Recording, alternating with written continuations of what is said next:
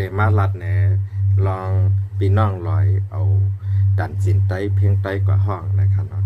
ตีแต่พอไตหมอวนลึกๆได้นะข้าเป็นไตค่ะเนาะข้าเป็นพี่น้องเมืองมิตรพอไตเฮาคาหมอวนลึกๆได้เนี่ยต้นฉบับมันเป็นไตเนี่ยเปิ้นก็ฮู้ตั้งวันตั้งเมืองเนาะขอว่ามันได้อันว่าเหมือนหนังว่าเหมือนหนังว่านะนะใจสายเมาห้องไว้ค่ะเนาะอันว่าสุยาก็ใจอ่ำหมดต่อลองสอนลองใน1ชั้นไก่นะครับเนาะเหมือนจังพี่น้องไตเฮาคาเนี่ยยกตัวอย่าง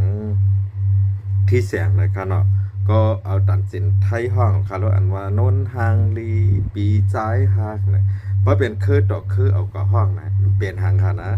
เพราะยกตัวอย่างปีจ้ายจังหารค่ะเนาะเอาความ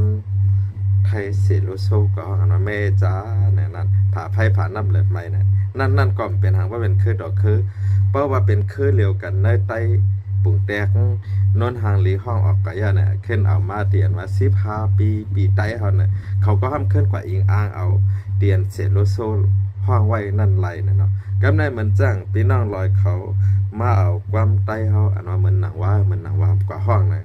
เขาขึ้นขายปันเนื้อจื้อคือลอยเขาเลยค่ะนะกว่ามันได้ก็เขากว่ามวนเจอปันเนื้อพี่น้องจื้อคือลอยเขาเลยค่ะนะก็นั้นแหละหนังหือความไต้เขาคาเพราะเดหลงล้างนะเขาคาหลุดไรปันตีต่างกันครับเนาะอ๋อมันเป็น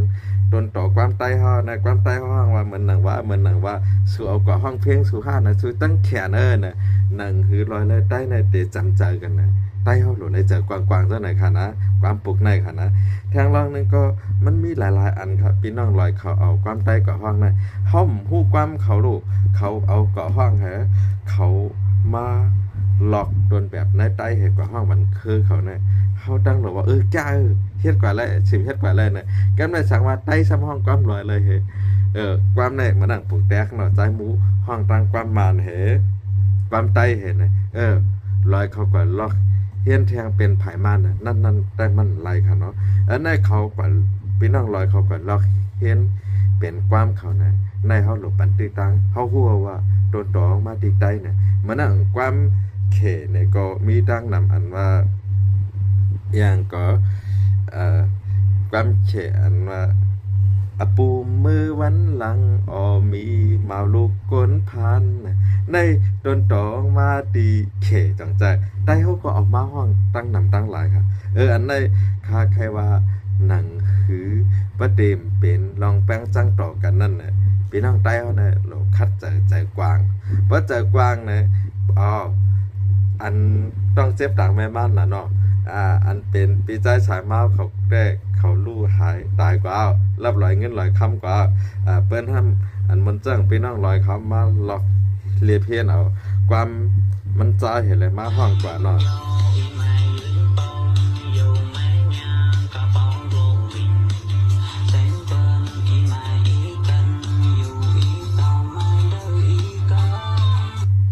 เขามาหลอกเอาความมันเห็นมาห้องกว่านะหนังหือโดนต่อความปีใจฉายเมาน่ะเตะขึ้นหลังขึ้นมาดันสินอันไหนเตะเลยหลังขึ้นมาเนี่ยได้เฮานึงเข็นหลุเลยหมอเอาตีตั้งยองแหยอก็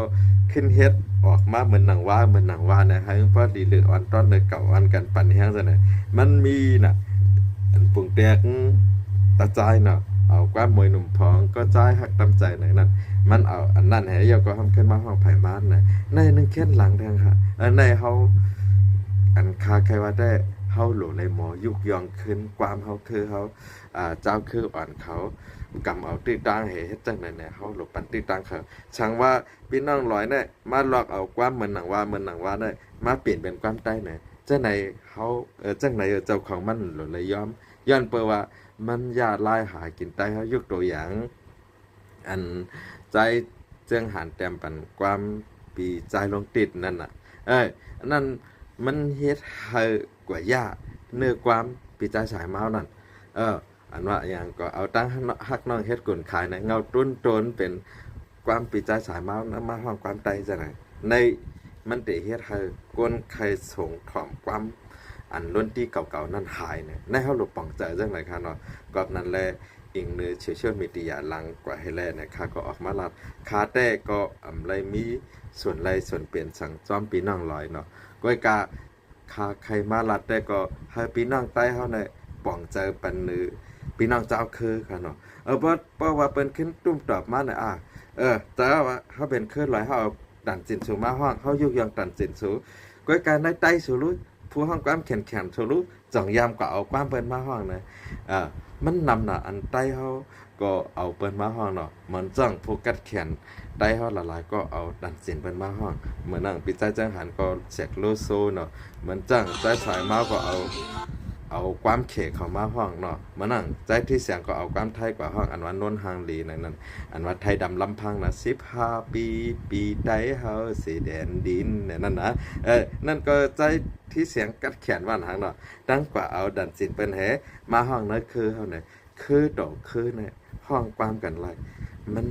กว่ายาไล่หากินเงินกันนะค่ะใครมาชับแรงเนี่ยจังไหนเนาะเพราะว่าพี่น้องเขาก็ละปลอบใจเลยขึ้นมาถามด้วยกำได้สั่งว่าเนาะสั่งว่าก็เห็นก็ความลอยในห้องกว่าอันว่ามันหนังว่าแต่มาขายมันได้ช่างชิงเนี่ยได้ดีกว่าเชื่อเนี่ยในมันเด็ดพิษเนาะก็การไต้เขาอิงหรือว่าเขาเป็นพี่ไอลงนะคำใจทางเลขนะคำเป็นไต้นะความลอยโตก็คำมาหูยกเขาห้องมาจังคือก็ห้องหูเขาซ้ำกว่าเปิ้ปุงแตกเขาเป็นพี่ไอลงเขาเป็นสัตเทลงเนี่ยเขากว่าเปิ้แก้แย่กวนอันผ่านเลยเขานั่น